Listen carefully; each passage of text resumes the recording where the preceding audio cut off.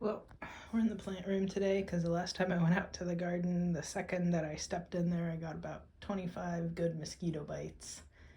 Because it poured, I want to say Friday for like an hour. I haven't watered the Sarahs in there because I'm letting everything dry out because the mosquitoes. I don't even know how it happens because I even cut down all the thistles in the yard. Well, let's go look. Not thistles, teasels. So there should be absolutely no standing water anywhere. So in the rest of the yard, I don't get any mosquito bites, but the second that I go into the garden, I do. I did mow. It's either last weekend or the weekend before.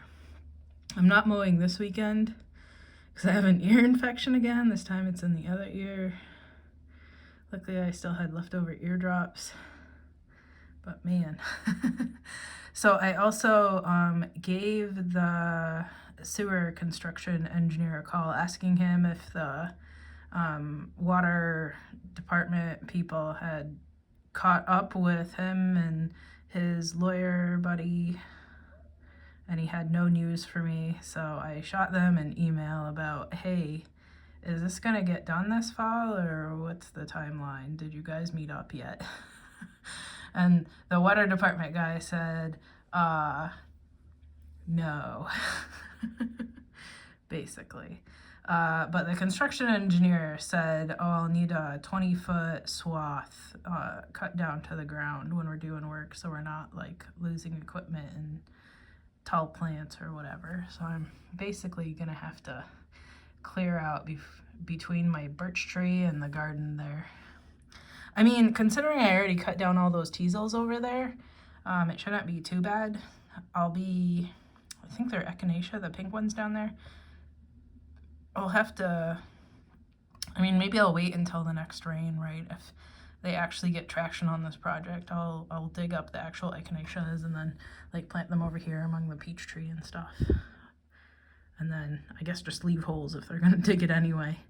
And then just run the mower over all of it. So I guess it's good that housing development has been mowing down behind the fence there and then decimating, or the inverse of decimating +1, the ecosystem back there, and just making it scraggly, low, mowed, and tortured. But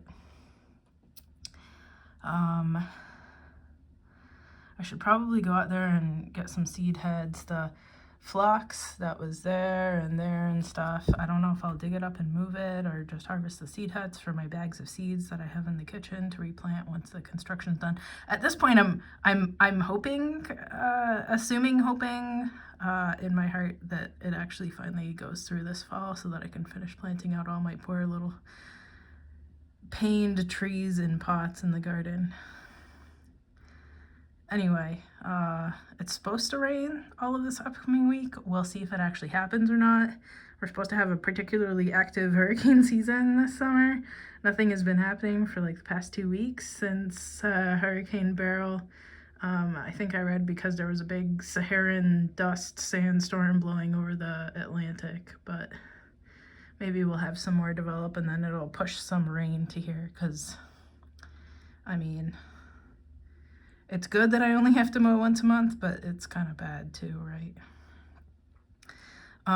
So if that construction goes through, like I think I've mentioned before, I think I'm just gonna pull the garden fencing up, like add a portion to it. And then in that added front portion, put the berry bushes in the ground and set up my metal planters that are overgrown with weeds at this point sitting on the ground, and then the trellises in that. It would kind of kill off whatever is growing right there, but it wasn't productive. Well, for the most part, it wasn't productive flowers anyway. There were a couple of nice blue flax, but that was it. And I harvested some seed heads from the one that was over here last year, from the one that was over here and those two. So, fine, right? So I've got to figure out when I mean, not if, but when I do that, if I want to have the door be front facing again, or if I want it coming off of the sides or something. Thinking maybe this side. Anyway, in the plant room, I just finished watering. Some things look good, some things look bad. This guy is growing back.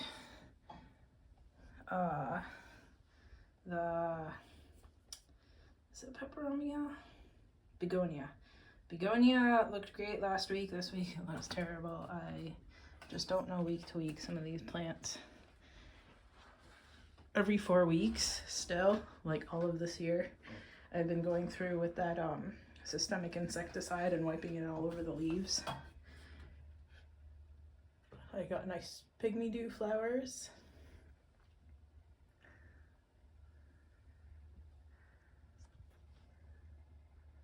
I have no idea what these are. Not a number, probably has an idea.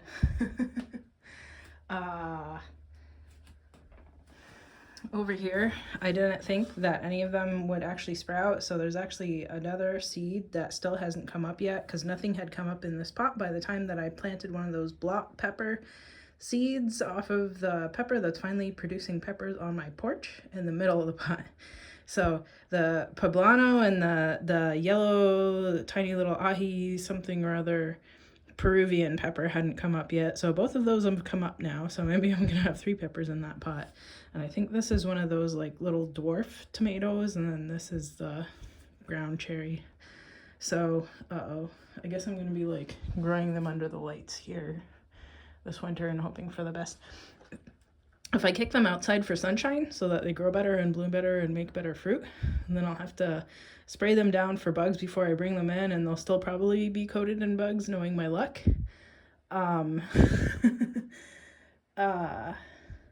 So I'm torn. Keep them inside for like a whole entire, nearly a year from when I planted the seeds, because it's taken like 3 weeks at this point, so that would be end of June.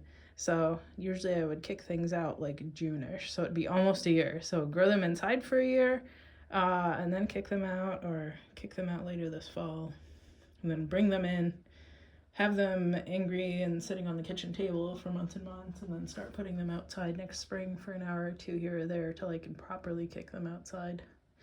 I wish I could sprout them on the actual porch, but then that squirrel keeps going through and digging absolutely everything up. I keep catching it absolutely every day and chasing it off my porch.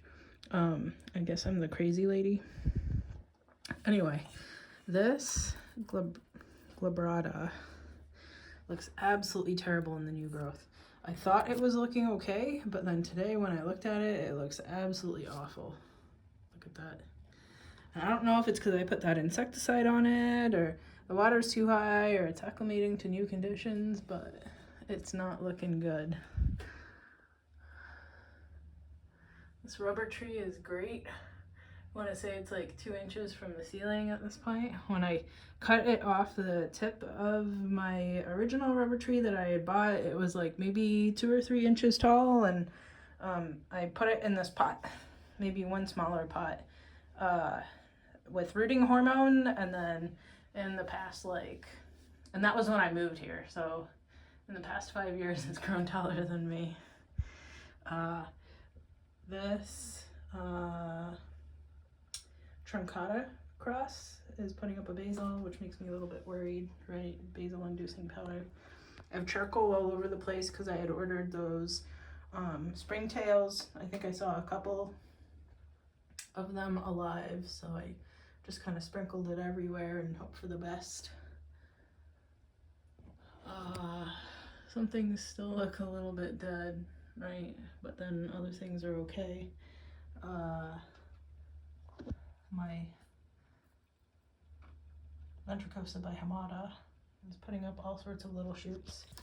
I hope this Cebuensis by Trusmatiensis puts up another basil or something, or like sprouts from some of this main vine, because I would be so sad if I lost it.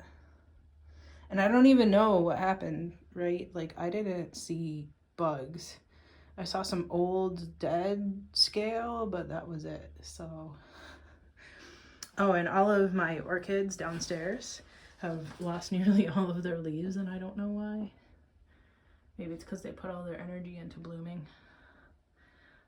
So maybe this is things still look a little bad report, but I mean, you do what you can, right? Oh, maybe I should train this through this.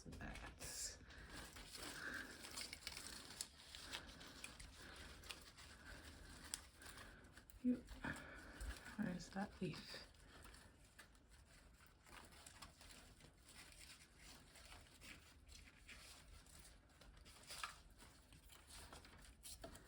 Wait, what's stopping it from going up?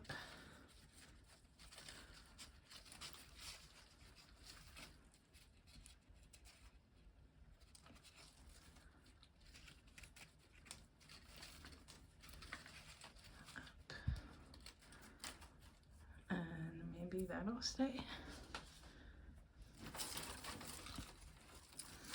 Hopefully. Otherwise, I think things are looking okay. This is Britannia reducta. It's a little screwy because it hit this light and kind of turned, but if it blooms, then it's nice. A lot of the seedlings, I never know what I'm doing with seedlings. It's a shock that I have even managed to sprout any of them, right? The ones that I repotted that were originally over here that were Trismatiensis crosses, this is one of them. It looks terrible. The other two have completely died. I don't even know what happened. I seem to have bad luck with Trismatiensis sort of plants, I guess. Given everything that looks like it's trying to die right now, right? Should turn this. Let go. Let go.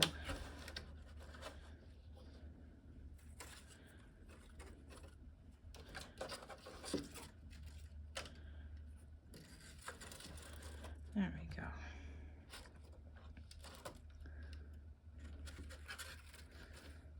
Even there.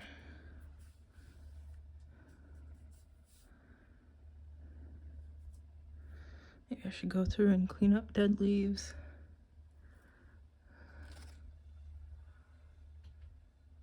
Oh, I thought this was doing really badly because it put up a bloom and then it looked like it was going to terminate, but it's actually growing back in, which is nice. Okay, I'm gonna go check on my beans for lunch that I'm cooking today. I think they're done and it's lunchtime. So see y'all next week.